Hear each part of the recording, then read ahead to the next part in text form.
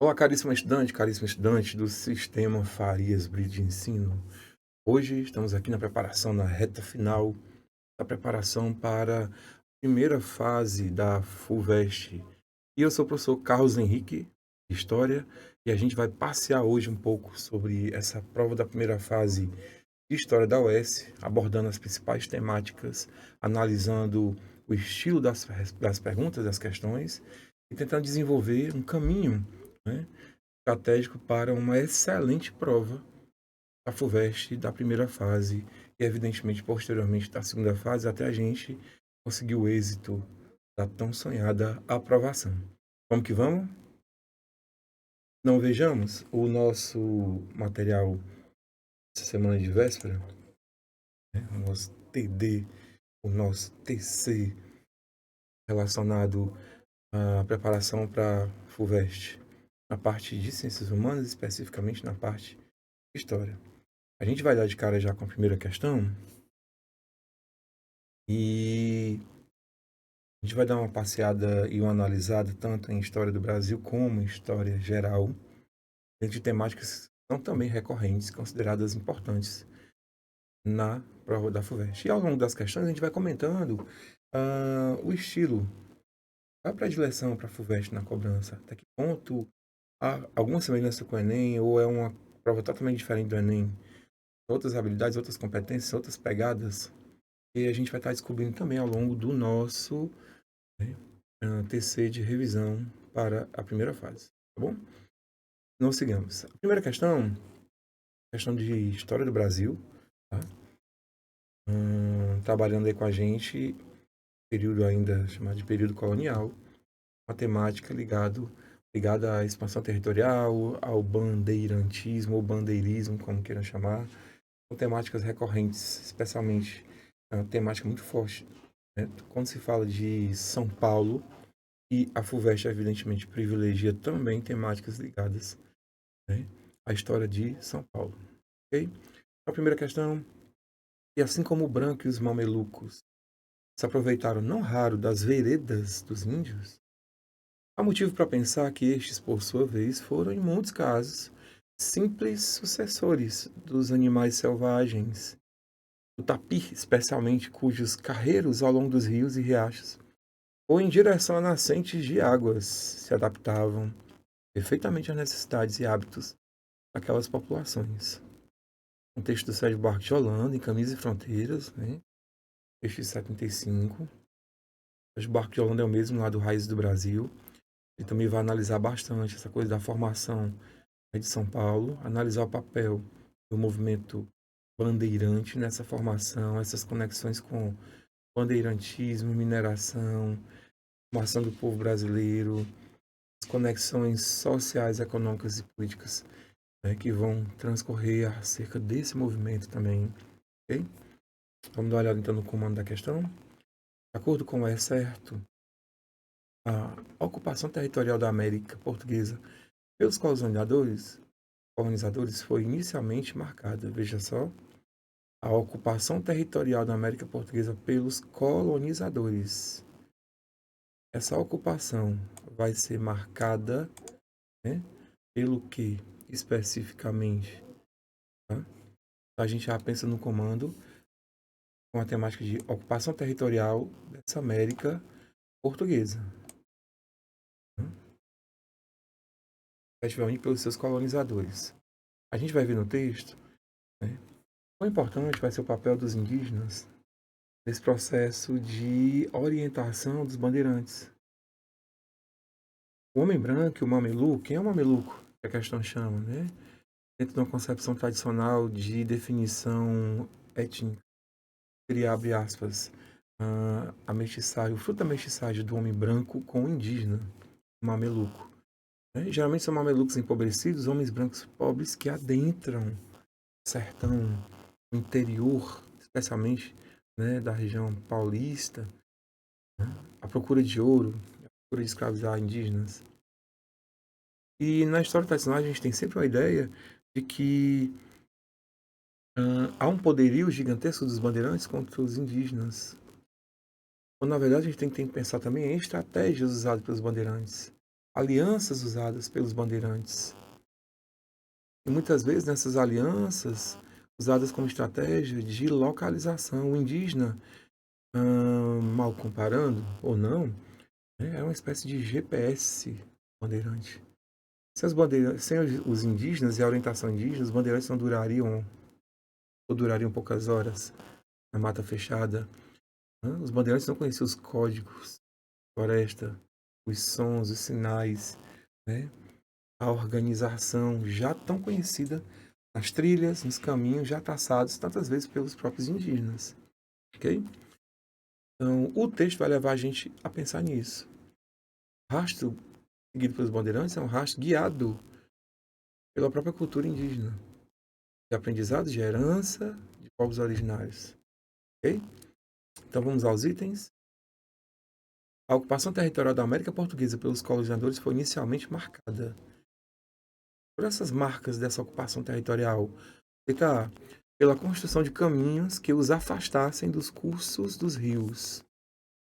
E a gente vai ver que dentro do texto está deixando bem claro, né, essa ida em busca ao longo dos rios, em direção às nascentes das águas, apreendido já pelos indígenas com a sua experiência dentro da própria selva, da própria floresta, com, por exemplo, o cotidiano dos animais.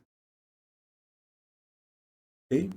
A letra descartada porque o texto vai trazer para a gente justamente que esse é o caminho que também é utilizado, né? O caminho do curso dos rios. Inclusive, anote aí, quando você vai ter um movimento bandeirante em que ele vai seguir o curso dos rios, ele costuma ganhar um outro nome. Ele vai ser chamado de monções. Essas bandeiras que, ao invés de ir a pé, e o curso dos rios, pequenas canoas, é que a gente vai já ver aqui o nome indígena dessas canoas, é chamadas pirogas. Pequenas canoas de um único vão, feito às vezes por um único vão de árvore, de tronco de árvore, formado em canoas. E aí, vamos ver então onde é que vai dar esse rio. Depois, essas rotas fluviais utilizadas como bandeira de abastecimento. Bandeirantes que já chegaram a determinado ponto, já voltam, e agora vão abastecer as bandeiras que já estão adentro do interior. E aí surgem as monções, as bandeiras de abastecimento que vão seguir o curso dos rios.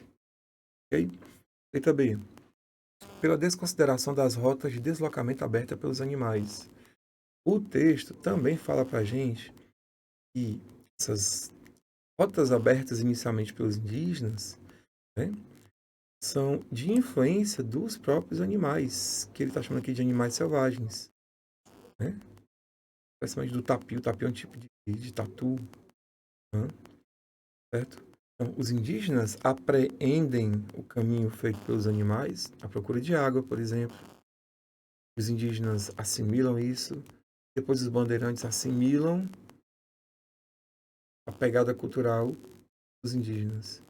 Tá? Então o texto está deixando bem claro que essa herança conquistada pelos bandeirantes, através já da cultura indígena, o GPS dos bandeirantes, vem também de uma herança indígena através da observação cotidiana dos hábitos dos animais. Portanto, a letra B sendo invalidada nesse sentido, porque o texto vai trazer justamente o contrário. As rotas consideravam o deslocamento dos animais. Olha que curioso. A letra C, pela utilização de picadas abertas pelas comunidades indígenas. Pessoa que venha a ser picadas abertas, aí vai requerer do estudante que ele tenha um vocabulário um pouco mais amplo, né? Essas áreas abertas, essas trilhas abertas pelas comunidades indígenas. O caminho a ser traçado pelos bandeirantes é o caminho que é traçado pelos indígenas. Picadas já abertas, as trilhas já utilizadas pelos indígenas. Esse é o caminho que os bandeirantes vão seguir. Conseguir, né, adentrar o interior do nosso território, né, e causar aí a expansão, a ocupação, a expansão territorial e a interiorização do nosso território. A letra C está dentro do texto, está correta. A letra D de dado está errada por quê? Pelo emprego de tropas de muares responsáveis por abrir trilhas nas matas. Pessoas que são tropas de muares, pelo amor de Nossa Senhora. Tropa de Moares. Eu estou destacando aí para vocês no texto, tá claro para vocês. Os Moares seriam tropas de mulas ou animais semelhantes, né? Que eram muito utilizados pelos bandeirantes para adentrar o interior. E pessoal, só que o texto não está falando disso. O texto não está falando como eles faziam para adentrar o interior, está dizendo quais eram as influências, né?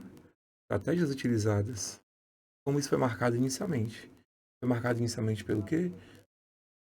Pelo segmento, né, de uma orientação cultural já estabelecida pelos povos originários. Os indígenas são o GPS dos bandeirantes. Ok? Letra E. Pela exploração do transporte fluvial e marítimo por meio de pirogas. Transporte fluvial, ok. Marítimo, não. Certo? E essas pirogas vão ser utilizadas posteriormente. Não é o processo inicial. Não se inicia com as monções. Tudo bem? Por isso a gente está descartando a letra E. Tá? E também pela questão do transporte marítimo. Gente, não. Então vai adentrar o interior, território da América Portuguesa, no caso Brasil, através de transporte marítimo. Ok? Eliminando então a letra A, B, D e E, ficando para a gente a letra C. Essa ocupação territorial dos colonizadores marcada pela utilização de estradas abertas pelas comunidades indígenas, de trilhas abertas pelas comunidades indígenas. Percebam que a FUVEST exige do estudante, em muitas questões, um vocabulário mais apurado. E é necessário, se faz mistério, essa condição de um vocabulário um pouco mais sofisticado também para responder algumas. Não todas, mas algumas das questões da FUVEST vão exigir isso de vocês. Ok? Portanto, questão número 1, letra C.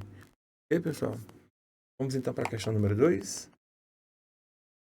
As formas de colonização ibérica e inglesa na América foram, durante muito tempo, consideradas processos isolados, estruturados em dois modelos opostos, as colônias de exploração e as de povoamento, respectivamente. No entanto, elas constituíram um emaranhado de experiências compartilhadas pelos impérios atlânticos. Os aspectos comuns a essas formas de colonização foram: o que é a questão que é da gente, pessoal? É uma questão bem conteudista também, que não tem nenhum texto base específico, vai-se direto ao assunto de maneira objetiva. Tipos de colonização na América. Tradicionalmente, a gente aprendeu a diferenciar colonização de exploração de povoamento. Esses dois conceitos vêm sendo questionados já há um bom tempo também, mas a gente vai se deparar com muitas questões trazendo à tona esses conceitos. E a gente tem que saber quanto eram utilizados amplamente, o que eles permeavam, o que eles queriam apontar para a gente. Tá? Então, dessa ideia de colonização de povoamento, América do Norte, especialmente nas colônias do centro e norte, das 13 colônias inglesas, e as colônias do sul, até todo o restante da América Latina. Colônia do sul dos Estados Unidos, até todo o território da América Latina. Quais vão ser os pontos de semelhança entre esses tipos de colonização? Né? Qual o aspecto comum que a gente vai encontrar, apesar das diferenças? Okay? Então, vejamos a letra A. Os aspectos comuns foram a partida dos colonizadores da metrópole, da qual saíram por fatores religiosos e a adoção do trabalho livre como base da produção. Se você pensar na colonização das 13 colônias inglesas, a principal motivação foi a perseguição religiosa. Mas quando você olha para a colonização ibérica, quando eu falo ibérica, eu estou falando de quem, meu povo? Nós estamos falando de Portugal e Espanha. A motivação não foi primordialmente religiosa, não. O espírito cruzadista, o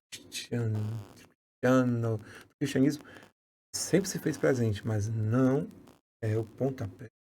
A motivação principal para a exploração ibérica aqui na América, tanto na América Espanhola como também na América Portuguesa. Letra A, fora, sem contar que você generalizar a adoção do trabalho livre, sendo que a gente sabe que grande parte, na verdade a maior parte, a exploração do trabalho, um trabalho escravizado, então a gente elimina a letra A de cara. O item B. Dominação e exploração dos povos originários. O emprego sistemático do trabalho forçado dessas populações.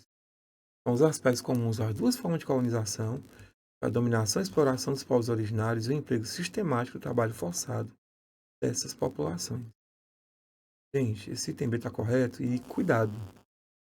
A gente tende, às vezes, a tentar aprender que nas colônias de povoamento não houve escravidão. Houve escravidão, sim.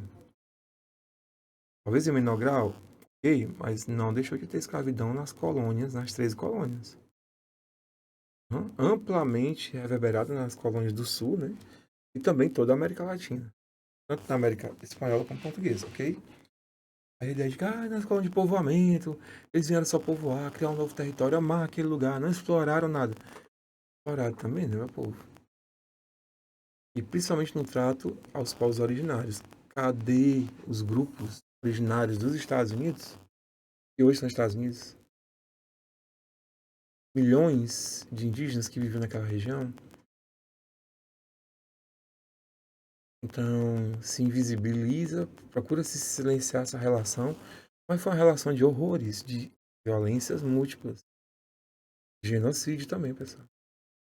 Ok? Aí cria essa falsa ideia de que não tinha indígenas nos Estados Unidos. Até os povos originários daquela região que envolve ali Estados Unidos e Canadá, é porque não tinha. Muito pelo contrário, né, gente? E as violências foram múltiplas. A expulsão, a tomada de territórios, a resistência sendo resolvida na base do pior silenciamento, que é o físico, assassinatos, genocídios, expulsão, ok?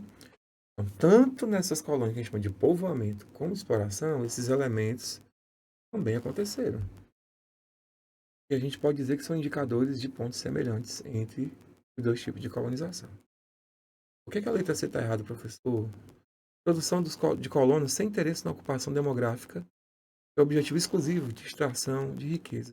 A gente está generalizando a situação, não atendeu todo o território do novo continente. A letra D.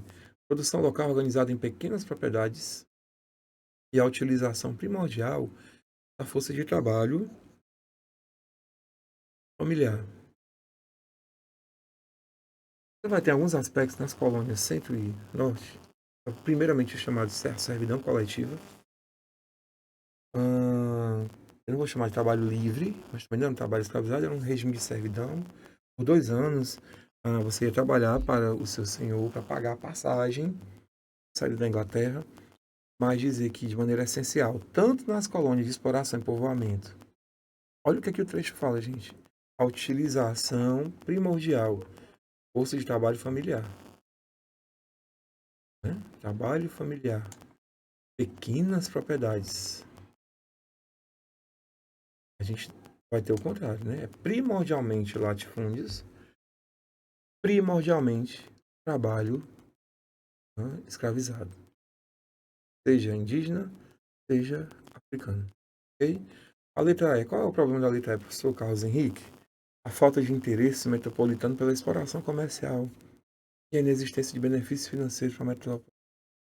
Coitadinho das metrópoles, gente. Nem na exploração, nem nas colônias de povoamento houve interesse, né? Uma exploração comercial, nenhum benefício financeiro. Lágrima descendo. Por favor, né, pessoal? Então a letra E é totalmente fora. Então, a letra B é o único item que atende de maneira mais geral pontos de convergência ocorridos tanto nas colônias de exploração como povoamento. Okay? Quebrando essa visão meio que fofinha de que na colonização e exploração não teve escravidão, que não teve latifúndio, que não teve exploração. A gente houve também. No final das contas, todas foram tipos específicos de exploração. Não deixar de ser. Ok? Vamos seguir então para a questão número 3. Questão número 2, letra B de bola. Vamos para a nossa questão número 3. Se não vejamos. E aí, mais uma questão de história do Brasil. A gente saiu muito de Brasil, colônia, foi para uma de América como um todo, né? E volta para a questão de história do Brasil, e agora falando de Brasil já Império, primeiro reinado. Não vejamos, né? O texto base. Brasileiros, está conhecida a nossa ilusão ou engano em adotarmos um sistema de governo defeituoso em sua origem e mais defeituoso em suas partes, componentes. As constituições, as leis e todas as instituições humanas são feitas para os povos e não os povos para elas. Eia, pois, brasileiros, tratemos de constituirmos de um modo análogo às luzes do século em que vivemos. O sistema americano deve ser idêntico. Desprezemos instituições oligárquicas só cabidas na encanecida Europa. Manuel de Carvalho Paz de Andrade, Manifesto de Proclamação da Confederação do Equador.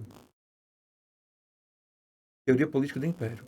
Veja que a referência bibliográfica do trecho nos situa no tempo e no espaço. É um manifesto dentro do contexto do Brasil Império e trazendo para a gente à tona a chamada Confederação do Equador. Professor Carlos Henrique, foi a Confederação do Equador. A gente vai chegar então no primeiro reinado, é o governo do Dom Pedro I, que vai desde o seu início se fazer bastante autoritário. Primeiro com a dissolução da Assembleia Constituinte de 1823. A Constituição da Mandioca foi produzida, criada, e o Dom Pedro não se agradou em nada. Sentiu-se, inclusive, envergonhado com a Constituição, dizendo que a Constituição não era digna do seu poder. Ele manda dissolver a Assembleia Constituinte, ameaça os constituintes, cerca os constituintes, e não promulga e nem outorga a Constituição de 1823. Então, o próprio Dom Pedro coordena a produção de uma nova Constituição, que é a Constituição de 1824, que vai ser outorgada. O que é isso, professor? Uma Constituição empurrada de cima para baixo. Ou ela abaixo dos seus súditos, sem nenhum tipo de debate, sem nenhum tipo de votação a respeito das regras das leis. Ok? Uma Constituição ela pode ser promulgada, onde ela é debatida, consultada, ou outorgada, ela é empurrada goela abaixo, de maneira autoritária. E no caso da primeira Constituição oficial do Brasil, foi considerada outorgada, com várias características específicas. Então, diante da face autoritária do Dom Pedro I, houve reações diversas, e aqui no Nordeste, já que eu falo para vocês aqui diretamente de Fortaleza, a gente vai ter uma série de movimentos insurgentes, e o principal, chamada Confederação do Equador, organizada em 1824, liderada por Pernambuco, englobando também outras províncias do Império, as quais o Ceará, Paraíba, Rio Grande do Norte, com a liderança de Pernambuco. O movimento pretendia se colocar como um movimento separatista, em grande maioria republicano, com o desejo de separar o Nordeste do resto do Brasil. Como é que seria o nome desse novo país? Equador, devido à proximidade dessa linha imaginária, né, do Equador. Só que o movimento acabou sendo combatido, focado, derrotado pelas tropas imperiais, líderes presos, muitos deles mortos. Em Fortaleza a gente tem vários personagens que foram fuzilados em praça pública, na chamada Praça dos Mártires, conhecida hoje como Passeio Público, no centro de Fortaleza, por exemplo. Figuras como o Padre Ibiapina, Padre Mororó, foram fuziladas neste lugar. Ok, minha gente? Vamos então para a questão? Já que a gente entendeu o contexto da questão, vamos tentar ver o que é que a questão quer da gente. Olha só, o excerto apresenta trecho do manifesto divulgado pelos rebeldes. Então, é o manifesto, né, divulgado pelos rebeldes, pela sua liderança, né? Família do Paz de Andrade, tá? O excerto apresenta trecho do manifesto divulgado da Confederação do Equador e reage explicitamente. Qual é a ideia da Confederação do Equador? Ela está reagindo e colocando contrária ao que e a quem? Então, baseado em que a gente já conversou, o autoritarismo do Dom Pedro I, o novo império do recém-independente Brasil. Ele viveu de Portugal e colocou um português para governar. Vamos ver os itens. A Confederação do Equador reage explicitamente. Ele está a dissolução da Assembleia Constituinte e a outorga de uma Constituição elaborada pelo Conselho de Estado. Está corretíssima, né? Diante desses atos também de autoritarismo, não só esses, mas esses foram os primordiais. A dissolução da Assembleia Constituinte de 1823 e a Carta Magna outorgada goela abaixo, né? 1824. Vejamos os demais itens. B. Reagiu ao distanciamento do governo brasileiro em relação à coroa portuguesa. Então já vamos parar por aí, né? A Confederação do Equador aconteceu porque o Dom Pedro se distanciou demais de Portugal. Então eles reagiram. Não, Dom Pedro, está errado, você tem que se aproximar dos portugueses novamente. Nada a ver uma coisa com a outra. Tranquilo? Letra C. Houve a reação ao caráter descentralizador do regime monárquico e o aumento da autonomia das províncias. Então, a Confederação do Equador é porque o Dom Pedro está descentralizando o poder, né? E aumentando a autonomia das províncias. O Dom Pedro, então, era um cara que estava dando muito poder para as províncias. Agora fazer uma revolta porque ele está liberando de mal o poder, ele está dividindo de mal o poder, ele está descentralizando de mal o poder. Não faz o menor sentido, né, gente? Tranquilo? Ok? Letra D. Ao poder exercido pelos produtores nordestinos de algodão pelos cafeicultores paulistas. Então, a Confederação do Equador foi uma reação dos produtores nordestinos contra os produtores nordestinos e os produtores paulistas de café. Que já seria, então, uma espécie de algodão com café ou café com algodão. A gente entende que esse item não tem pé na cabeça, meu povo. A reação não é essa. Existia também uma série de crises econômicas, mas o motivo principal é o autoritarismo político do Dom Pedro I. Fique bem claro, ok? E a letra E está errada porque a Confederação reage à adoção do regime republicano. Opa, parou por aí. Primeiro porque a Constituição não adotou o regime republicano, o Brasil se tornou uma monarquia, dividida em quatro poderes, executivo, legislativo e judiciário. E o Dom Pedro cria um quarto poder, né, meu povo? Chamado poder moderador, que está acima dos outros três. Tentando mostrar um caráter menos autoritário. Olha, aqui tem quatro poderes, eu dividi em quatro pedaços. Sendo que ele representava dois e o moderador que estava acima dos outros, né? E tinha o poder de intervenção nos outros três. Então, na prática, o poder continuava nas mãos do Dom Pedro I. Meu povo, finalizando a questão, item A, o item correto. A Confederação do Equador é uma reação, principalmente, ao autoritarismo do Dom Pedro I, quando ele dissolve a Assembleia Constituinte e ele impõe goela abaixo a Constituição de 1924. Com 3, letra A. Vamos à questão 4. Beleza? E aí a gente abre o leque novamente para a história geral, história moderna. Um trecho de um texto do livro do Max Weber, Pilares da Sociologia.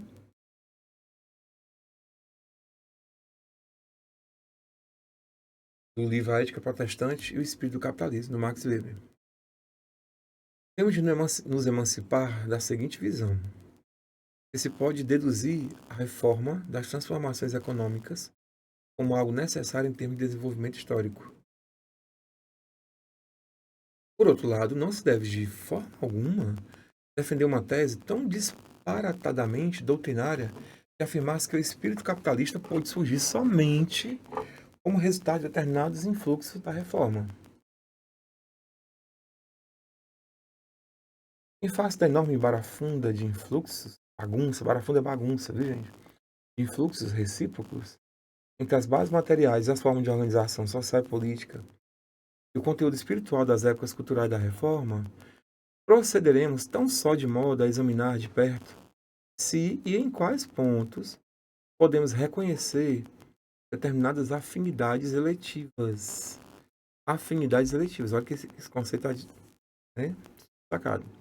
Entre certas formas da fé religiosa, certas formas da ética profissional. Por esse meio serão elucidados os efeitos, em virtude de tais afinidades eletivas, o movimento religioso exerceu sobre o desenvolvimento da cultura material. Max Weber, A Ética Protestante e o Espírito do Capitalismo. Professor, eu li o texto, não entendi nada. Gente, você vai ter que ter sua bagagem, né, sociocultural, das aulas de sociologia e também de reforma protestante de história, para entender que o Max Weber vai analisar a reforma protestante na Europa. E ele vai observar algo interessante no livrinho que ele vai escrever chamado A Ética Protestante. Olha o nome do livro. E aí mata a questão, o nome do livro, A Ética Protestante e o Espírito do Capitalismo. Qual a conexão entre o protestantismo europeu, surge no século XVI, com o desenvolvimento do capitalismo? Você pensa, tem nada a ver uma coisa com a outra, tem tudo a ver. E ele deixa claro no texto. Uma coisa não foi a relação de causa e efeito com a outra e o objetivo da outra. Não era o objetivo da reforma protestante desenvolver o capitalismo, mas ela colaborou de maneira fundamental. Alguns estudiosos dizem que o Karl Marx deixou meio que isso passar e o Weber vai pegar isso. A ética protestante foi mola propulsora para o desenvolvimento do capitalismo. De maneira, professor, na base do calvinismo, pregando a predestinação absoluta. Quando você nasce, meu querido, Deus escolhe quem vai ser salvo ou não. Como é que eu vou saber se eu fui escolhido, professor, pelo amor de Deus? Sinais, irmão, você haverá sinais. Hã? E um dos sinais era o que, pessoal? Primeiro, frequentar a igreja calvinista. A igreja do João Calvino. 2, prosperidade. Repita, professor, prosperidade. E se tu prosperasse também materialmente, era um signo, sinal de que tu era uma pessoa graciada por Deus. Muito provavelmente, todos escolhidos. Então os caras vão procurar gerar riqueza, vão ver de maneira, né, voltada para uma parcimônia maior, uma maior reclusão, vão gastar dinheiro com festa, com farra, com jogos, com bebida. O dinheiro tem que se transformar em mais dinheiro para que a gente prospere. E prosperando é um sinal de que a gente é salvo. Então veja como as bases da ideia religiosa, explicando de maneira muito simples, inclusive, acabaram dando uma propulsão de desenvolvimento para o próprio capitalismo. Olha que curioso. Beleza? E o Weber vai dizer, gente, não é que o capitalismo teve esse objetivo, ou a reforma protestante não teve esse objetivo, mas foi uma das consequências. E importantes, ser entendidas. Tudo bem? Bora ver então os itens. A partir da ideia expressa não é certo acerca da relação entre desenvolvimento do capitalismo e alguns elementos da doutrina calvinista, então, a relação, olha o que tem que falar, relação capitalismo, doutrina calvinista. É o título do livro. É correto afirmar que as ideias calvinistas impulsionaram o capitalismo e levaram os comerciantes germânicos a buscar acumulação restrita de capitais. E aí, meu povo? Baseado no que eu acabei de dizer a vocês, a letra A está correta, mas ela é o cerne do que a questão está querendo da gente? As ideias calvinistas impulsionam o capitalismo e levam os comerciantes germânicos a buscar acumulação irrestrita de capitais.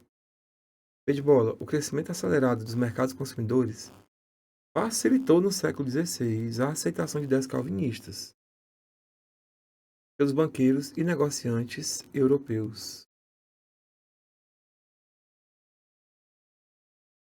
Foi o crescimento do mercado consumidor que fez esses comerciantes aceitarem o calvinismo?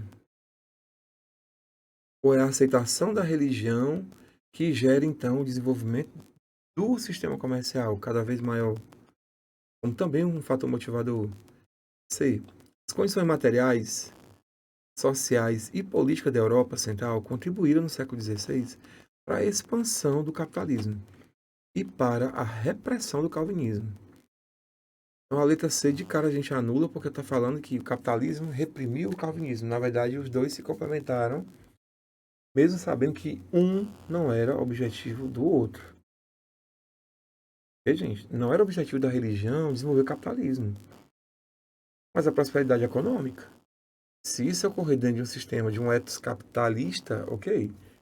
Mas a ideia da prosperidade econômica, que era a principal meta, né?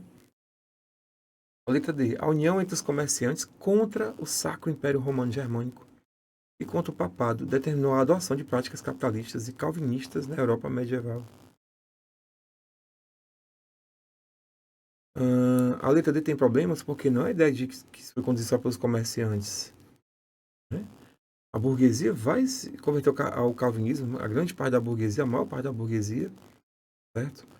Mas não necessariamente se colocando contrário ao Império Romano Germânico, né?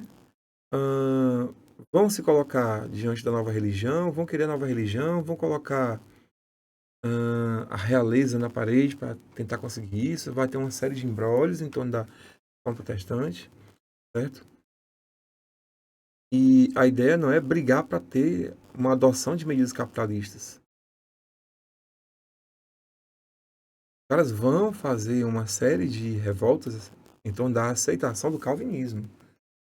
O objetivo não é a liberdade econômica. Gente, é uma reforma religiosa, certo? Por tabela, ela conduziu ao impulso do capitalismo, mas ela não era o objetivo inicial. É que vocês entendam isso. A letra D deixa entender que todos os burgueses comerciantes colocaram o Papa na parede, foram contra a Igreja Católica, porque eles queriam mesmo desenvolver o capitalismo livremente. E lembre-se, a Igreja Católica condenava o lucro, né? A usura é considerada pecado. Ok? Letra E. A defesa calvinista do trabalho árduo e o estímulo ao comportamento austero do crente, né? Não, não gastar dinheiro com o que não precisa, aprender a poupar o dinheiro, né? Para prosperar economicamente, como sinal de salvação. Veja o que é atitude material com objetivo espiritual. Não é a religião que leva ao objetivo material. Ok? Então a letra D termina falando tiver impactos positivos na formação de condutas adequadas ao desenvolvimento do capitalismo. Então, a letra E, pessoal, é a única que vai trazer para a gente essa relação. Que mostra a importância do ethos, do espírito calvinista, a ética protestante, e o desenvolvimento do capitalismo. Veja que o próprio nome do livro é isso. De onde é que parte o movimento? O movimento parte da ética protestante e me leva ao espírito do capitalismo, como uma, né, consequência dessa postura. O capitalismo se desenvolve por tabela quando essa postura religiosa é adotada. Mas não era objetivo dessa postura religiosa obter isso. A ideia era a prosperidade econômica como sinal de salvação. Mas que seria o desenvolvimento do capitalismo de maneira consciente? Não. Por isso a letra E é o item correto. Entendeu, gente? As características do calvinismo acabaram sendo molas propulsoras para o desenvolvimento do capitalismo. Ok? Vamos para a questão 5. Voltando aqui para o Brasil. E a gente tem, né, a letra da canção Aquarela do Brasil, composta por Ari Barroso. Lançado no ano de 1939. É você. Opa, década de 30, era Vargas.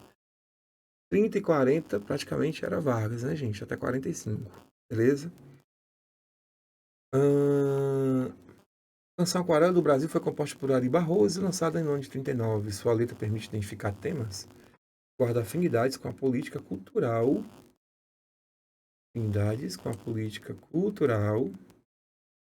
do Estado Novo, podendo ser destacada a, vamos ver aqui a letra, né? Que essa letra aqui vai ter a ver com a política cultural do Estado Novo. Primeiro, professor, me lembra o que foi o Estado Novo? O Estado Novo, gente, é o período da ditadura varguista. O ano é 1937, ano de eleição. O Vargas primeiro chegou ao poder através de um golpe de Estado em 30, que ele chamava de Revolução de 30. E ele tem o governo provisório até 34, depois é eleito indiretamente, permanece como presidente. Em 37, estão marcadas eleições para presidente. O que é que acontece? O Vargas dá um golpe, né?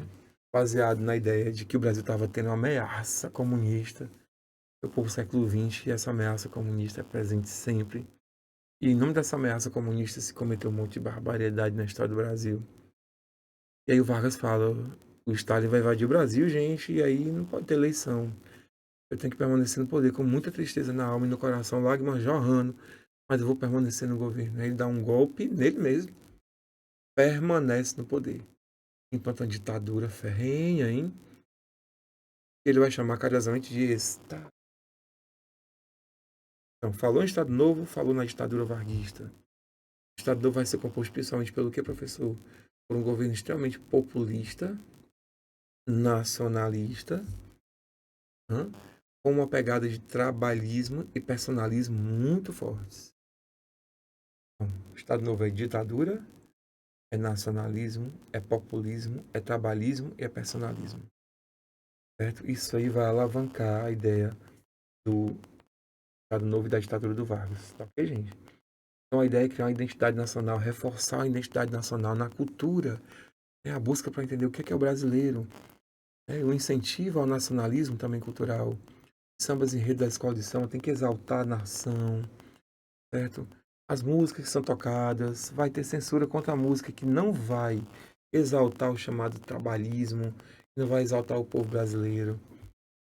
E eis então a canção que está dentro dessa linha. Brasil, meu Brasil brasileiro, meu mulato isoneiro, vou cantar-te nos meus versos. Brasil, samba que dá, bamboleio que faz gingar. Brasil do meu amor, terra de nosso Senhor. Brasil pra mim, ó, abre a cortina do passado, tira a mãe preta do cerrado, bota o rei Congo no congado. Brasil pra mim, ó, esse coqueiro que dá coco onde eu amarro a minha rede, nas noites claras de luar. Brasil pra mim, ouve essas fontes murmurantes, onde eu mato a minha sede, onde a lua vem brincar. Este Brasil lindo e trigueiro é o meu Brasil brasileiro, terra de samba e pandeiro. Brasil, sim, né? Veja como tem um teor totalmente nacionalista de exortação, beleza, da nossa gente, da nossa cultura. Né? É um ode nacionalista, né, pessoal? Beleza?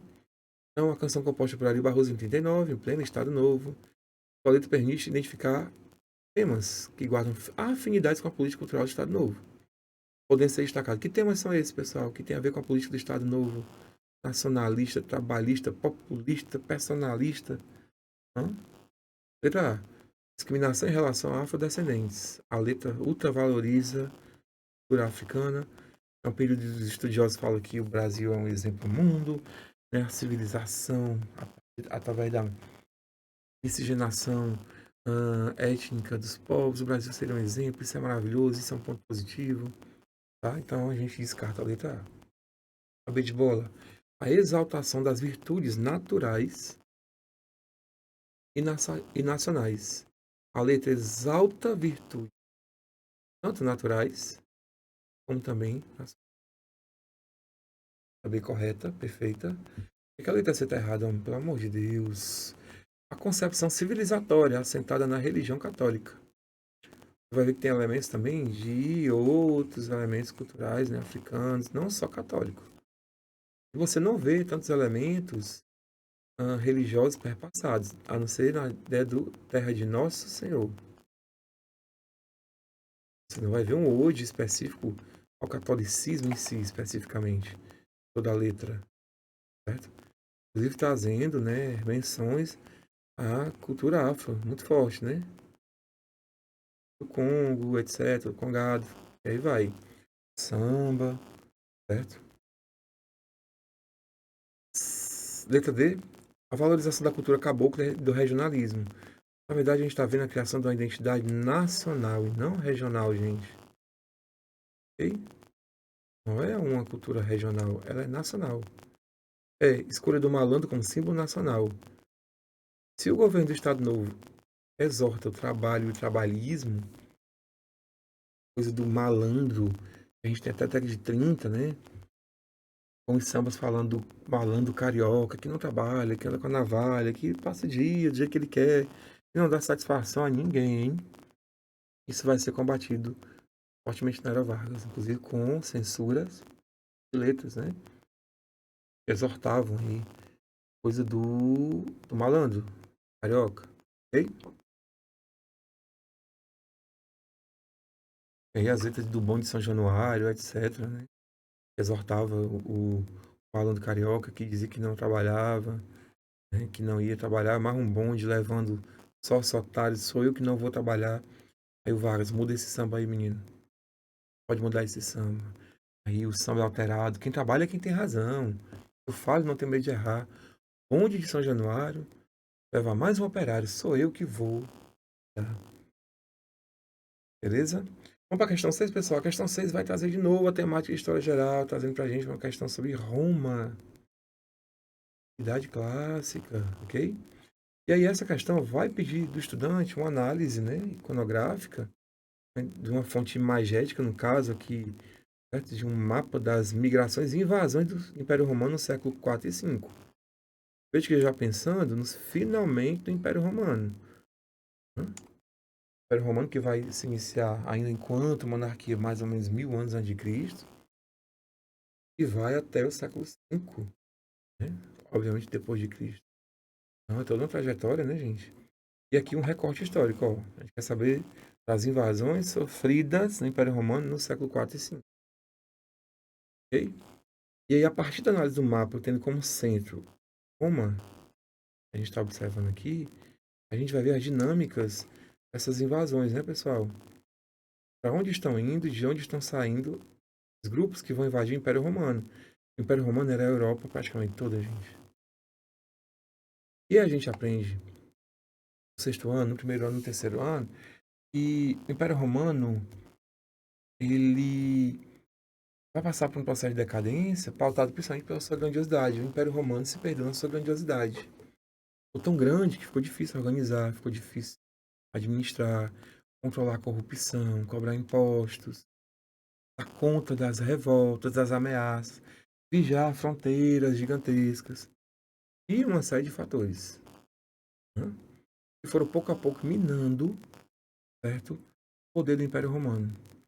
E um paulatino, gradual enfraquecimento que levou a uma das invasões bárbaras, a maneira como os romanos chamavam os povos vizinhos, que não tinha cultura romana.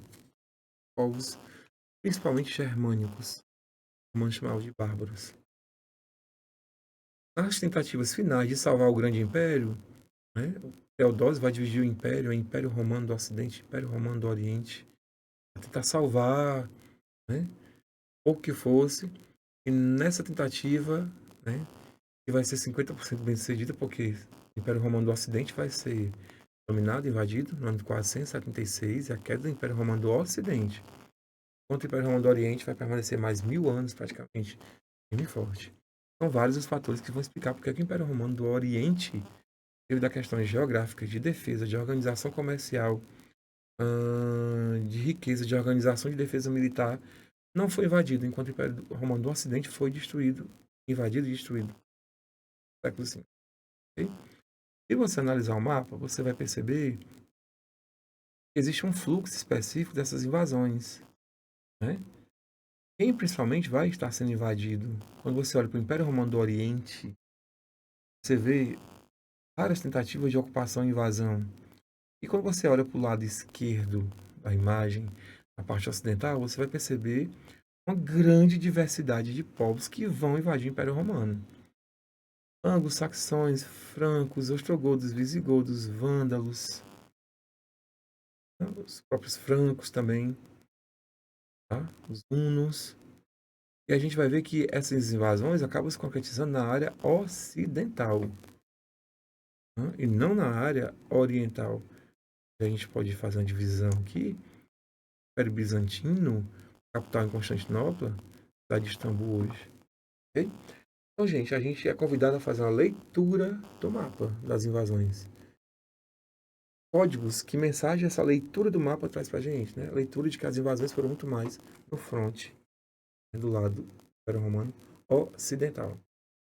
Vamos ver o comando da questão. A análise do mapa para a gente identificar deslocamentos de povos não romanos, caracterizados, letra A, pela concentração de rotas migratórias. Pela concentração de rotas migratórias em território bizantino. No território bizantino, que é do Império Romano do Oriente, a gente praticamente não vai observar nenhum tipo de invasão. Praticamente bem sucedida. É mais na porção ocidental. Na letra B, pela inexistência de invasões direcionadas para o norte da África. Vamos aqui no norte da África. Europa, Mediterrâneo, Cartago, norte da África. Também foi invadida pelos vândalos. Hein? E vou descartar então a letra B. C. Pela inexpressiva diversidade de povos. Como é que é inexpressiva? A quantidade de povos diferentes que vão ocupar Roma. A letra C está fora também. A letra D de dado, pessoal, pela proeminência de imigrações na porção ocidental do Império Romano. Então, houve uma incidência muito maior de ocupações no fronte, de aspas, no lado ocidental. Está totalmente correto. Por que a letra está errada, Carlos Henrique? Tentar entender por que a letra está errada. Pelo predomínio de invasões por rotas marítimas em detrimento a rotas terrestres. Meu povo, olha para dentro do continente. Ao Mediterrâneo vai ter invasão marítima, ok. Mas olha as rotas terrestres. Invasão do Império Romano é geralmente territorial mesmo.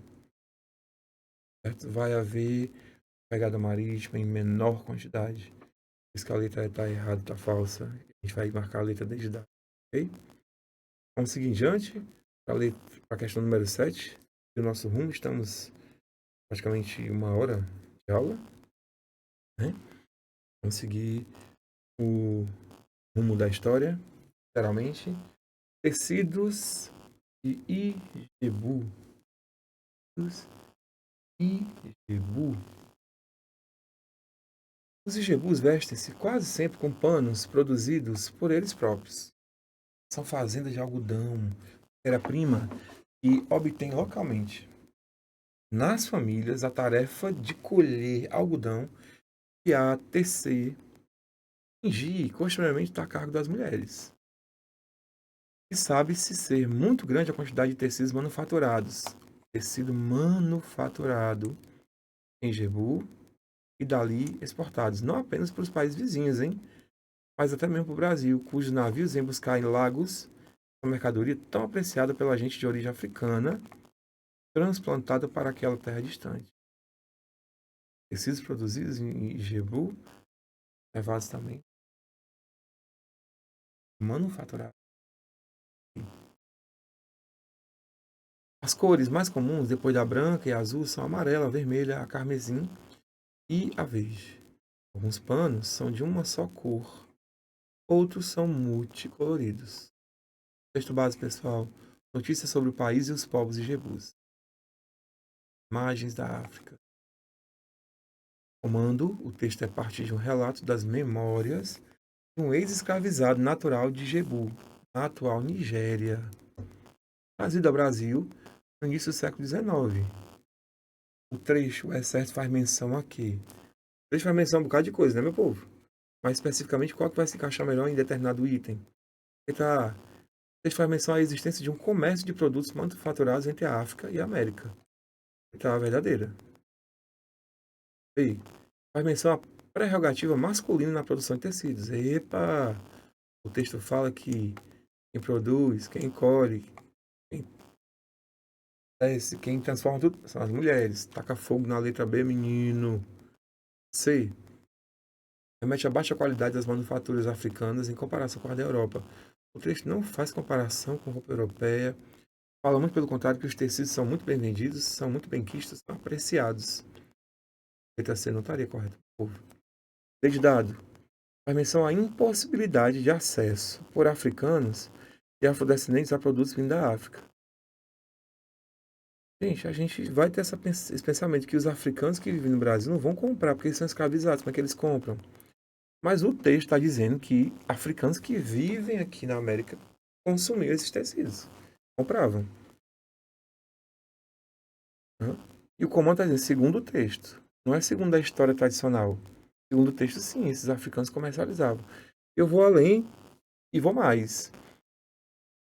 Existiam vários escravizados aqui no Brasil, especialmente os escravizados de ganho, que emprestavam dinheiro a juros que tinham dinheiro, usavam roupas caras, não tinham dinheiro para comprar a própria forria, mas tinham dinheiro para consumir coisas de luxo. Inclusive, emprestar dinheiro a juros, por exemplo, na região mineradora. Foi chamado de escravos de ganho, categoria comum, especialmente na região da mineração. Anote isso, fique atento a isso. Leite dado. A letra está errada. A letra é ao comércio de africanos escravizados para o trabalho nas plantações de algodão. O texto não está falando que as pessoas eram escravizadas para ir trabalhar na plantação de algodão. Não tem nada a ver uma coisa com a outra. E aí, então, a gente fica realmente com a letra A. Beleza? Tranquilo? Olha que questão interessante, uma questão que pede da gente uma análise cautelosa do texto base, meu povo. É o texto base que vai guiar os olhares. Já viram que houve algumas questões que a gente precisou saber de conhecimento técnico. Texto base, mais informação fora do texto base. Fusão disso, eu chego à resposta. E vai ter questões que o texto base elucida o que a própria questão quer pra gente. Então vocês vão ter essas variáveis nas mais ou menos 10 questões de história que vocês vão encontrar na primeira fase, ok? Questão 8. Questão de história da arte também. A arte foi e ainda pode ser utilizada para criar, reforçar, disseminar ideias, valores, estereótipos, mas também pode colocá-los em discussão.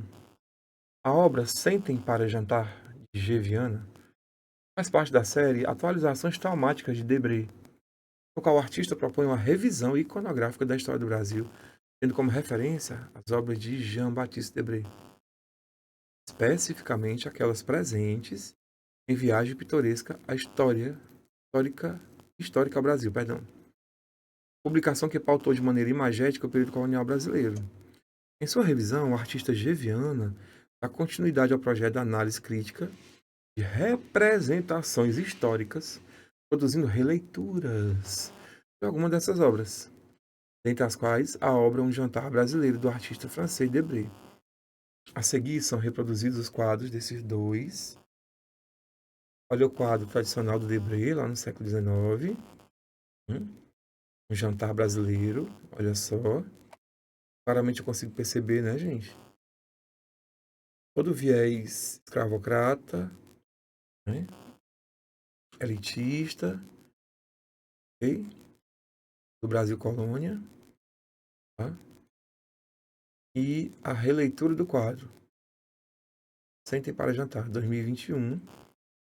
Agora olha que interessante. Aqui é uma aquarela e aqui é uma impressão em jato de tinta. Foi para impressora, com pigmento natural de colagem digital. Uma técnica, né? Digitalizada, ó. Um papel, nem fala o nome do papel, pessoal. Menem, Milrli, fotográfico, tananana. Olha aí, olha aí. Olha só os dois quadros. É uma revisão histórica, é um outro olhar sobre a perspectiva do quadro de século XIX, ok? Bora ver o comando dessa questão. Que curiosa essa questão, não, meu povo? Com base nas informações e imagens apresentadas, a cenário alternativa corresponde à abordagem adotada por G. Viana em sua obra. Tente para Jantar utilizar como referência a obra Um Jantar Brasileiro. Ele quer saber a abordagem do G. Viana. Eita, G. Viana reproduz em sua obra as mesmas relações representadas na obra de Debré. São as mesmas relações, pessoal. Olha os quadros. Consegue perceber? Não tem ninguém a serviço de ninguém. Há uma uniformização étnica, todos à mesa, se servindo. Tem ninguém aqui vigiando, pastorando, abanando, servindo o outro.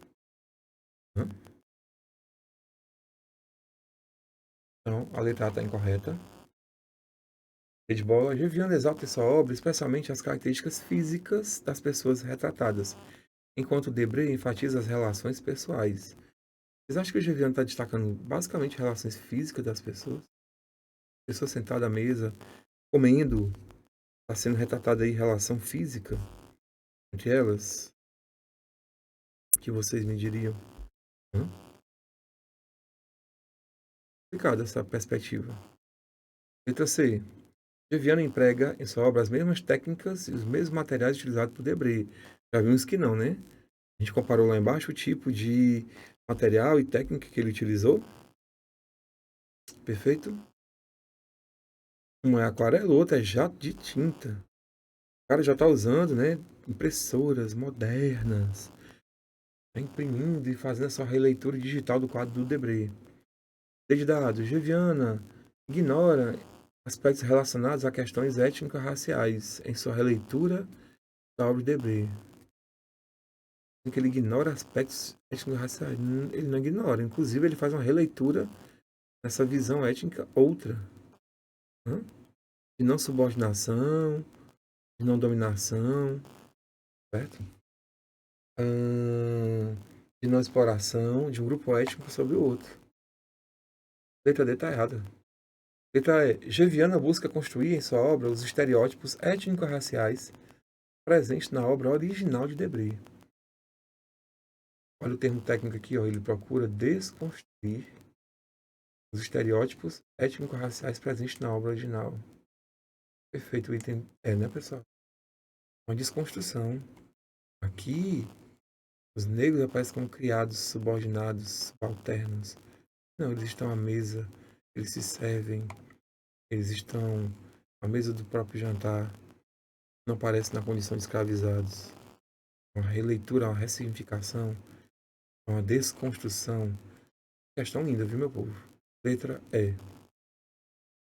Bora para a questão 9. Vamos sair do Brasil, vamos agora para a história geral de novo, né? E história contemporânea, beleza? Em uma onda sem precedentes de medo, confusão, pânico, hoje quase 13 milhões de ações mudaram de mãos na Bolsa de Valores de Nova York. Corretores atordoados atravessaram mais de papel segurando ordem de investidores para vender a qualquer preço. 24 de outubro de 1929. Crash boom bag da Bolsa de Valores de Nova York, gente. E aí, o segundo recorte, o mercado esteve ontem numa situação de verdadeiro pânico. São Paulo, pedem-se a moratória e emissão de papel moeda. O presidente da República receberá hoje uma comissão de comércio de Santos. Crise do café, 9 de outubro de 1929. Então está claramente refletindo sobre a crise econômica iniciada nos Estados Unidos, a crise da superprodução, diferença de monopólios e uma série de visões acerca da origem e a causa dessa crise, mas que impactou no mundo inteiro, exceto a União Soviética, porque não tinha conexões com o mundo capitalista, né, meu povo? A União Soviética tinha seus próprios problemas, suas próprias crises. Não significa que ela não tivesse suas próprias crises, que ela não tivesse seus próprios BOs para resolver, ok? Os excessos extraídos de matérias jornalísticas à época relatam reações ante a crise de 29. Né? De maneira geral, quais são essas reações? A. Atingiu as atividades agrícolas e incentivou a mecanização do processo produtivo e a absorção dos trabalhadores pelo setor industrial. Então, a crise foi só agrícola, não foi industrial. Atingiu foi tudo, meu povo. Atingiu foi tudo. Né?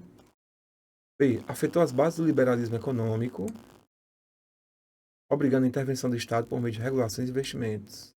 Perfeito, item B. A crise do capitalismo de 29, alguns apontam como a crise da superprodução, de um liberalismo extremo, onde o mercado não se autorregulou como sempre se pensou e entrou em parafuso. Somente devido à questão da superprodução, gerando a necessidade de uma intervenção estatal. O nome do carinha é Franklin Delano Roosevelt. O nome do plano econômico que ele vai utilizar é New Deal, e se valendo do chamado keynesianismo, teorias econômicas do economista John Maynard Keynes, que vai dizer: o governo em alguns momentos vai precisar interferir na economia para que ela não entre em colapso. E aí o Delano Roosevelt vai beber dessa fonte para tentar salvar os Estados Unidos, e ele consegue recuperar a economia estadunidense com o New Deal. Como professor, obras públicas, geração de emprego, espécies de auxílios emergenciais, cuidado com esse termo, esquema de estoque de produto e uma série de fatores. Ok? Item B correto. Matou a pau o que a gente precisa saber com relação à crise de 29 na sua consequência e resolução. A C. Impulsionou a indústria de entretenimento responsável por forjar comportamentos que se opõem ao pessimismo. Quebrou foi tudo, pessoal, inclusive a indústria cultural também, do ponto de vista de riqueza, que é coisa do movimento cultural nos Estados Unidos, tudo foi afetado. Tem dinheiro, ok? A letra D de dado. Favoreceu a substituição do dólar pela libra esterlina, apesar dos pesares. Todas as moedas mundiais entraram em decadência também, puxadas pelo dólar. Conectados, indexados ao dólar, não, a gente não tinha isso ainda. Mas todo mundo vai sofrer um baque econômico gigantesco. A letra E, contribuir para o desenvolvimento industrial com a substituição de importações e ampliação de crédito para investimento. A crise não contribuiu para o desenvolvimento industrial. A crise serviu para dar um baque no desenvolvimento industrial. Foi ocasionado e causou também cada vez mais isso. Portanto, letra A, letra B de bola, item correto na nossa questão número 9. Chegamos então à questão número 10. E vamos aqui para a história da América e agora a Guerra Fria, envolvendo, né, um fato ocorrido principalmente aqui na América. Ok?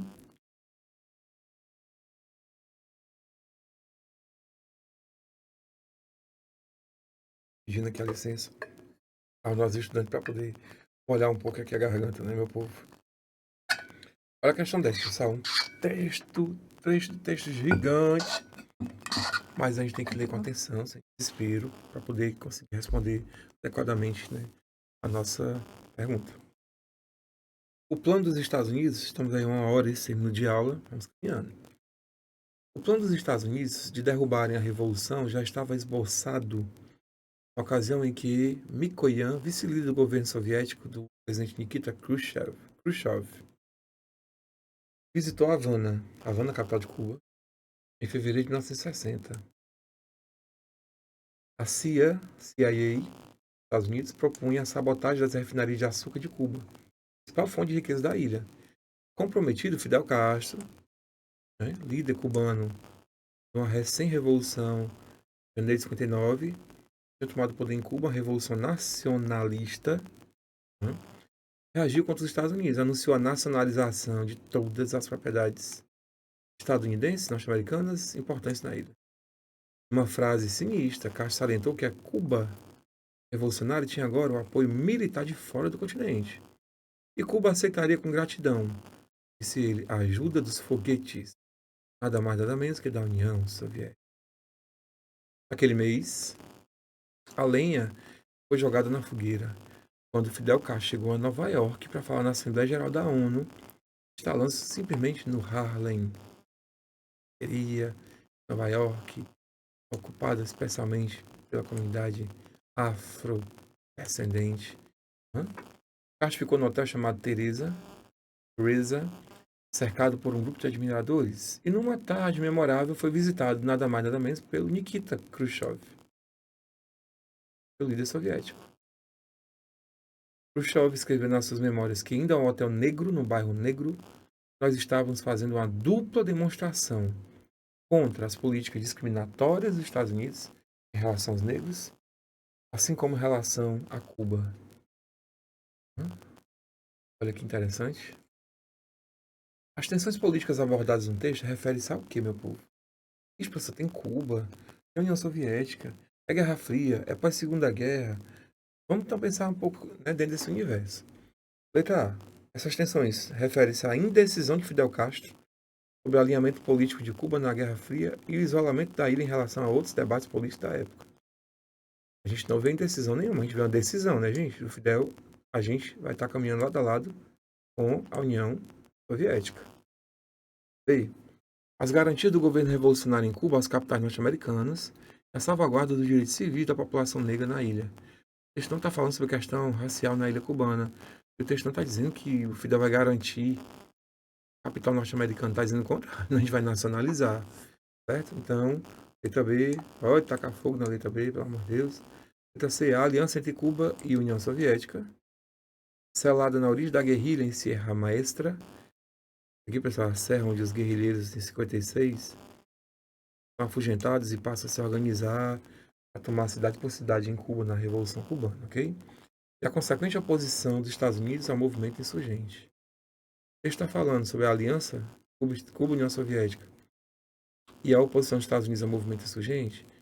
Pode até ser fisgado por isso aqui, mas tem uma principal a questão, essa conexão União Soviética-Cuba, né, tem de um contexto também outro.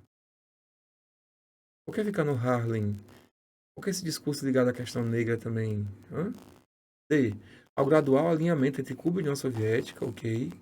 E ao aceno dois governantes de apoio ao movimento negro estadunidense. Compara a letra C com a letra D. Qual dos dois itens está mais encaixado com o que é abordado no texto, certo? Quando você pensa no texto, você vai cair a letra D, indubitavelmente. A letra D realmente é o item mais correto. Dúvidas. Se a letra D é correta, o que tem de errado na pobrezinha da letra E, meu povo?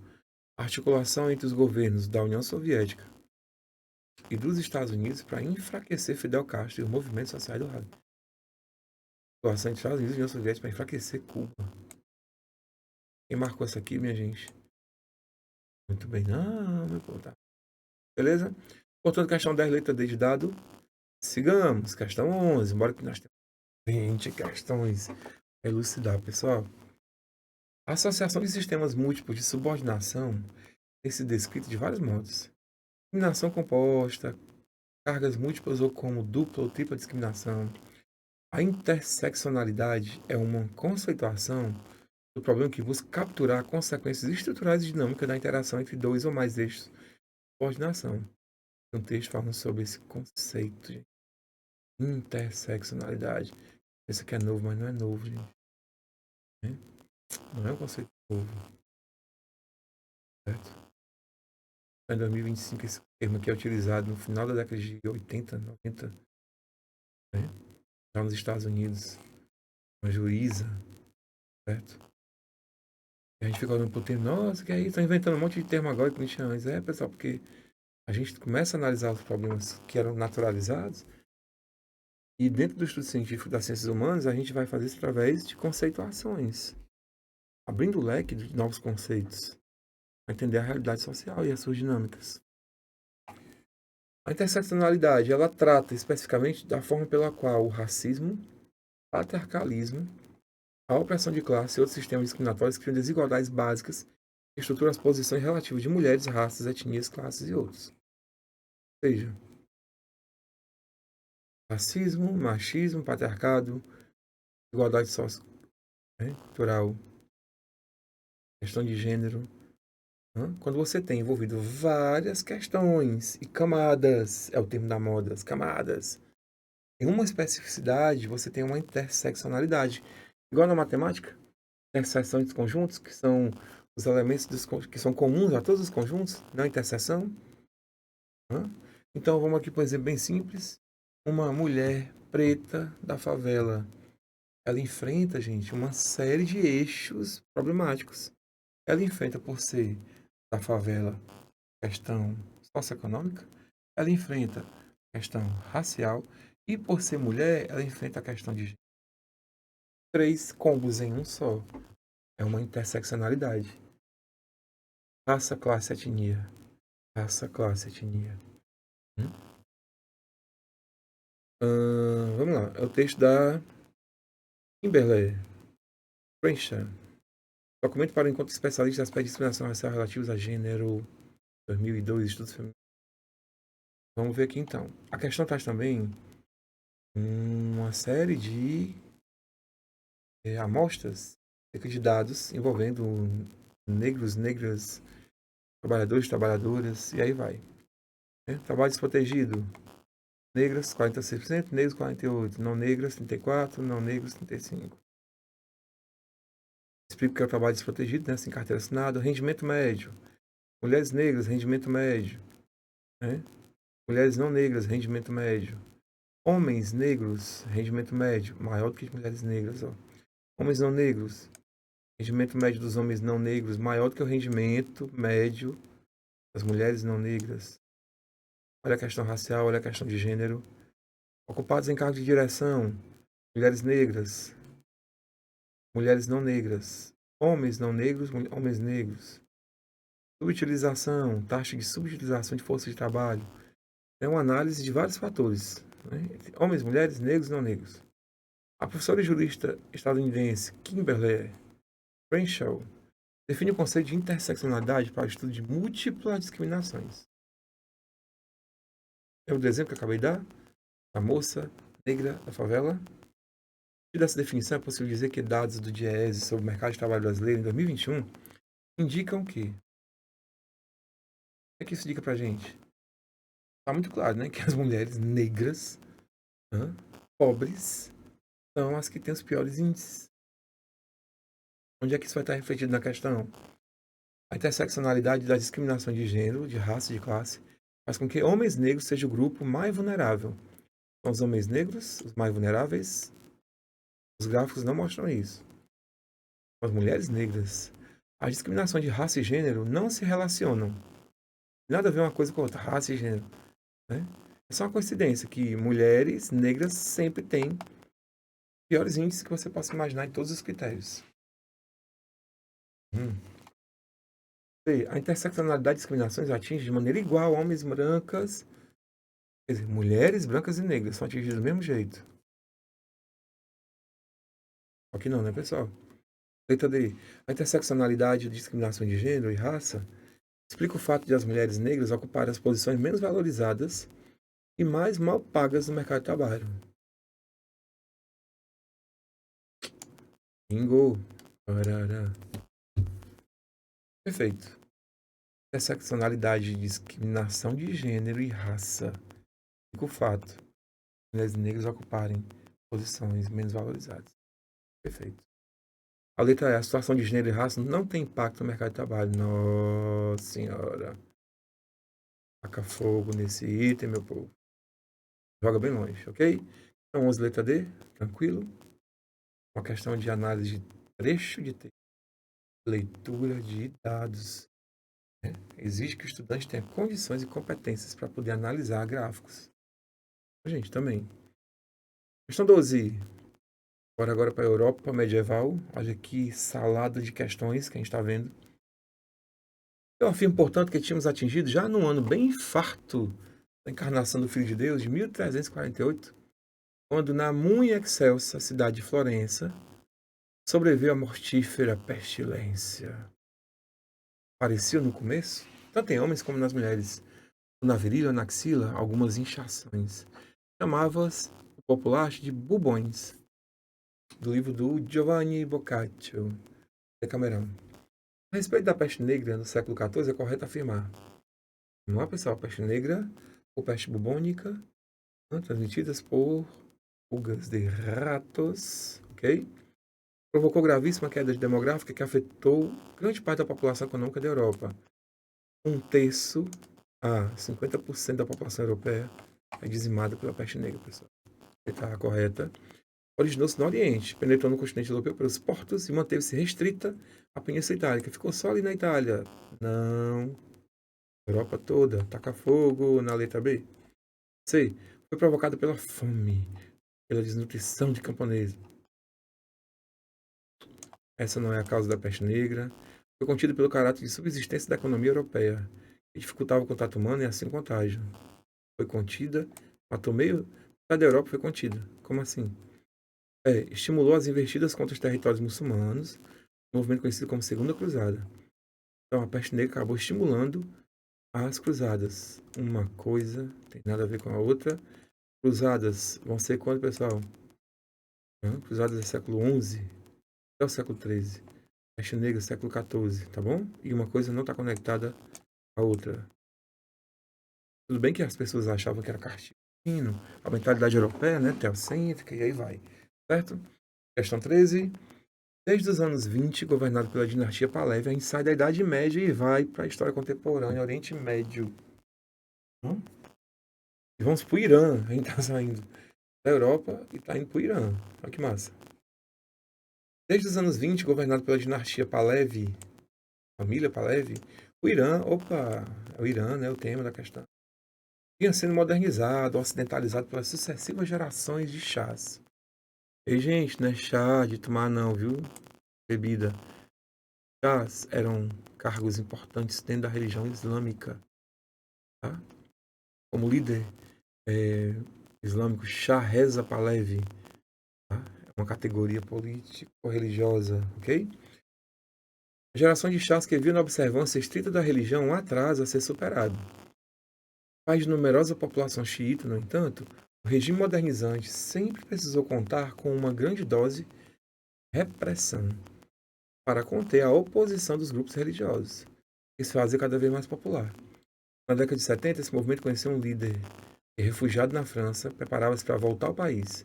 Era o Ayatollah, que é também um cargo importante na igreja islâmica, religiosidade islâmica, o Ayatollah Khomeini, que apelava aos muçulmanos que restaurassem a autoridade do Islã na sociedade. O mundo árabe e as guerras árabes israelenses. O texto descreve o quê? Meu povo, o texto está descrevendo a chamada Revolução Islâmica. Revolução Islâmica de 1979, onde uma linha mais radical, tradicional da religiosidade islâmica, liderada pela área xiita, liderada pelo Reza Pahlavi, não, pelo Ayatollah Khomeini, culpam o Irã, vão às ruas e tomam o poder, um golpe de Estado. E o Irã passa a ser governado pelas leis do Alcorão, praticamente. Se torna um regime de governo religioso, uma teocracia islâmica, poder Deus da religião islâmica, um regime teocrático, anote aí, ok? Revolução Islâmica 1979. Tá? Baseado nessas ideias, qual é o item que vai atender melhor para a gente? Olha aí. O texto descreve texto histórico que antecedeu, antes disso, isso aí antecedeu o quê? Uma intervenção dos Estados Unidos no território iraniano? Não. A integração do Irã aos países do bloco socialista soviético. O texto não fala nada disso aí, pessoal. Deus. A laicização integral do Estado iraniano. Estou dizendo a vocês que houve uma revolução islâmica e o governo vai ser organizado, arquitetado pelos princípios do islamismo. Então o Estado não é laico, teocrático, é o contrário. Então, taca fogo também na letra C. Desde dado, o estabelecimento de uma república teocrática. Olha a palavra-chave, gente. No Irã, teocracia islâmica, letra D. Dado, correta. Ok. Letra E, uma cooperação militar entre Irã e Iraque contra o Ocidente. Na verdade, um ano depois eles começam uma guerra sangrentíssima que dura 8 anos, mata milhares de pessoas, gente. Irã contra o Iraque. Ok? Beleza? Então, nossa questão 13. Letra D de dado. Ok? Vamos seguir então adiante.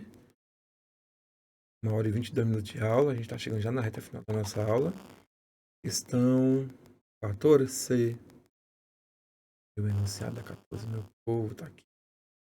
A questão 14, a gente tem que se basear de acordo com o texto. O uso da palavra colaborador no lugar de trabalhador no campo das relações de trabalho indica. Aí vem o texto, faz na crítica a isso, gente. Vamos ver aqui o texto. Luke, Oltansky e Eve Chapelot demonstram com clareza e sagacidade a capacidade antropofágica do capitalismo financeiro que engole a linguagem do protesto e da libertação para transformá-la e utilizá-la para legitimar a dominação social. O parágrafo já chegou de voadora, né, gente? Assim, o capitalismo engole a linguagem de protesto. Na dimensão do mundo do trabalho, por exemplo, todo um novo vocabulário teve que ser inventado para escamotear, para esconder, camuflar as novas transformações e melhor oprimir o trabalhador. Como é isso, Carlos Henrique? Não estou entendendo. Com essa linguagem aparentemente libertadora, passa-se a impressão que o ambiente de trabalho melhorou e o trabalhador se emancipou. E houve um esforço dirigido para transformar o trabalhador em colaborador. Você é nosso colaborador. Para eufemizar, esconder a consciência de sua superexploração. Tenta-se também exaltar os supostos valores de liderança, para possibilitar que, a partir de agora, o próprio funcionário, não mais o patrão, passe a controlar e vigiar o colega de trabalho. Ou ainda, a intenção de difundir a cultura do empreendedorismo, segundo o qual todo mundo pode ser empresário de si mesmo. E, mais importante, se ele falhar nessa empreitada, a culpa é apenas dele. É necessário sempre culpar o indivíduo ou individualmente a vítima pelo fracasso socialmente construído. O texto do livro Como o Racismo Criou o Brasil, do Gessé Souza. Bancada, né? De acordo com o texto. Então não é o que você pensa, não é o que o professor pensa. É o de acordo com o texto. O uso do termo colaborador no lugar de trabalhador serve para quê, pessoal? Não é disfarçar, escamotear, passar uma ideia falsa de que não tem exploração. E aí, olha o que a letra diz: o apagamento da linguagem de reivindicação e a falsa ideia do trabalhador fortalecido. Matou a pau. Item A, totalmente certo. Não demonstra a valorização do trabalhador. Errado. A difusão da cultura da meritocracia. Fortalece as relações de trabalho. Né? Tenta mostrar um fortalecimento, mas não fortalece. B, a consciência do patrão que rejeita a cultura do neoliberalismo. E é impedimento do trabalhador investir na prática do empreendedorismo. Então, ó, você é colaborador. Esse negócio de empreendedorismo é falácia. Não é isso, é muito pelo contrário. É uma tentativa de mostrar e incentivar que isso aí é o caminho. Questão 15. Desse modo, os respectivos lordes espirituais, temporais e membros da Câmara dos Comuns declaram: pretende poder de suspender as leis ou executar leis por autoridade real sem consentimento do parlamento é legal. Gente, qual país do mundo que trabalha com a Câmara dos Comuns e a Câmara dos Lordes? Onde o parlamento tem força, a gente está falando da Inglaterra, né, meu povo? E a criação e manutenção de um exército permanente em reino em tempo de paz, a menos que o consentimento do parlamento, é legal. E estamos falando da Inglaterra, estamos falando, né, de um rei que não governa sozinho, que governa com a ajuda de um parlamento. Estamos falando dos BOs históricos na Inglaterra, que desde a sua formação vai ter assinatura de um documento chamado Magna Carta, 1215, o rei João Sem Terra, que fala: o rei governa com a ajuda do parlamento e não sem ele. Mas também teve um período de quase 100 anos, onde alguns reis da dinastia, a família dos Stuarts, não quiseram mais respeitar o parlamento, não. Fechava o parlamento, abria o parlamento, tacava fogo no parlamento, respeitava o parlamento. Uma sucessão de reis que não quiseram mais respeitar o parlamento e quisiam governar sozinho. E foi guerra, e foi conflito, foi confusão. Guerra civil. Chamada Revolução Puritana. Tá? Depois a gente vai ter a chamada Revolução Gloriosa, derramamento de sangue. Até que finalmente, em 1689, é assinado um documento onde a rainha Maria Stuart com seu esposo, Guilherme de Orange, assina um documento dizendo: ei, todo rei da Inglaterra vai governar com poder limitado, respeitando o parlamento. E, gente, isso acontece depois da chamada Revolução Gloriosa e a assinatura da Bill of Rights, Declaração de Direitos. Okay? Considerando o texto da lei e o contexto político da Inglaterra ao fim do processo revolucionário do século XVII, é correto afirmar que a Bill of Rights, a Declaração de Direitos, que essa Declaração de Direitos trouxe, suprime todas as prerrogativas do parlamento. B. Dispensa o aval parlamentar para mudar a legislação, impõe limites ao poder monárquico, possibilita a criação de um exército, estabelece um regime republicano. E aqui a Declaração de Direitos vai determinar, pessoal, a limitação do poder do rei. Ele tem que respeitar quem, meu povo? O parlamento. Até hoje na Inglaterra é assim, né? Beleza? Tranquilo? Portanto, 15, letra C de Carlos Henrique. O que nós temos aqui nessa imagem, pessoal? Produção do Leonardo da Vinci, o homem vitruviano, o homem colocado no centro, a visão antropocêntrica, humanista do movimento chamado Renascimento. As formas perfeitas, geométricas das distâncias, corpo humano, depois analise com calma. Gente, se fala em as formas perfeitas de Deus. A distância de uma ponta a outra, né? A metade do caminho aqui do braço do diâmetro. Sabe? É uma questão incrivelmente, matematicamente incrível. Tá? O homem vitruviano foi desenhado por Da Vinci com base em um tratado sobre arquitetura escrito e ilustrado por Marcus Vitruvius no século I a.C. Por isso o homem vitruviano, né? Em Roma Antiga. Tá? Já deixa claro que esse resgate, né, greco-romano. A obra ganhou versões impressas e traduções no século V e XVI. O desenho de Da Vinci expressa propostas do movimento renascentista ao buscar perpetuar a obra da antiguidade clássica por meio de cópia e da salvaguarda. A ideia era só copiar a obra do Vitruvius. B. Censurar os estudos de anatomia. Não, né? Para censurar nem botar um homem sem roupa, né? Retomar a percepção da simetria e das proporções humanas como o ideal do belo. Perfeito, a letra C, pessoal. Não é só resgate e manutenção da cultura greco-romana do Vitruvius, mas é também com um propósito. Tá? Trabalhar os conceitos de percepção, simetria, proporção, né? Com o ideal do belo. Porque, gente, essas distâncias, todos esses cálculos aí envolvendo O ômito vitruviano é uma fórmula matemática complexa e incrível. Leiam depois sobre isso com calma, do ponto de vista da matemática. Ok? E aí é aquela coisa, gente, né? O antropocentrismo, que obra de arte fabulosa é o homem, né? Modo das criaturas, essa coisa da hipervalorização do ser humano, o humanismo antropocentrismo. Ok? Letra D, apoiar o legado da antiguidade greco-romana para reafirmar o teocentrismo. Não. Esse antropocentrismo até que dá para a gente pensar um pouco. Separar a arte do pensamento humanista. Muito pelo contrário.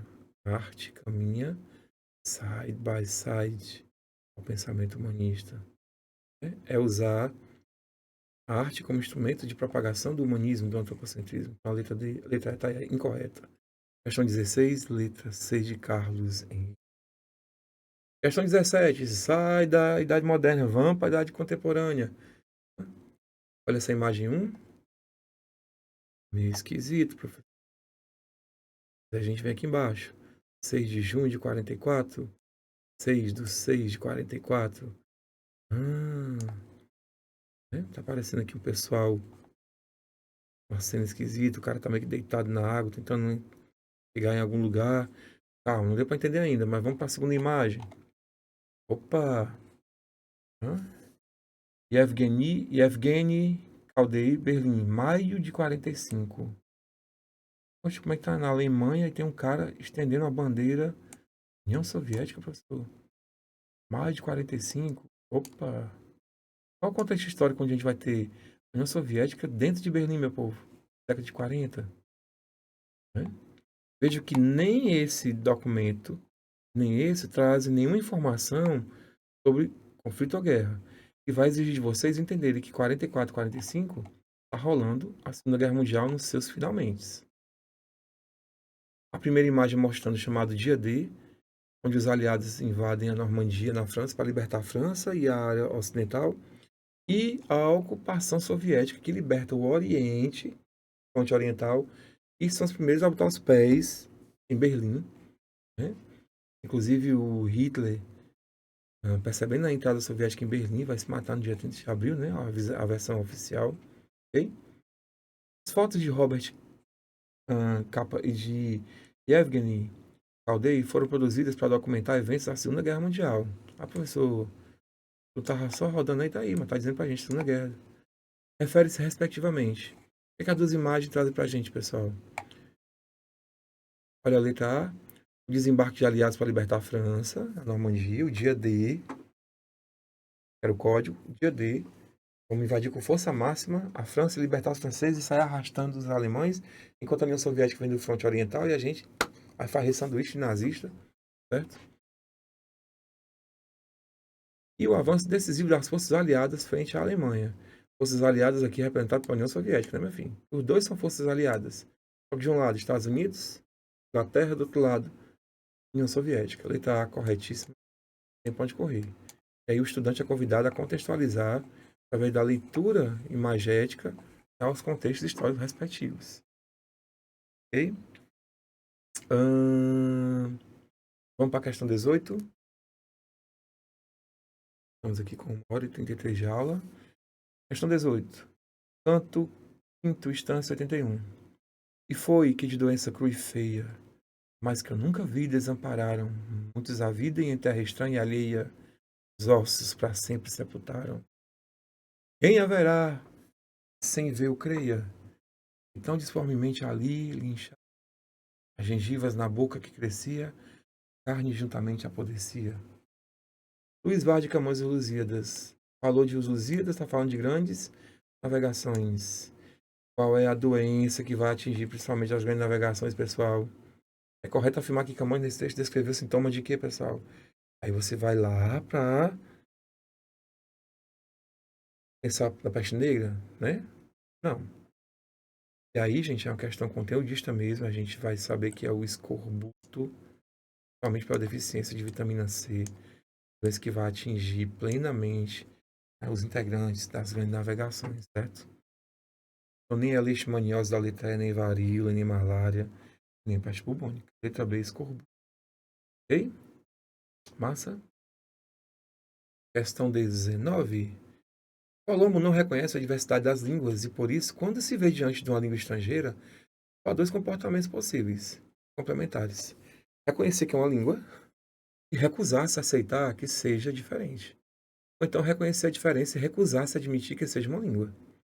Os índios que encontram logo no início, a 12 de outubro de 42, 1492, perdão, provocam a reação do segundo tipo, ao ver os promete, se Deus assim quiser.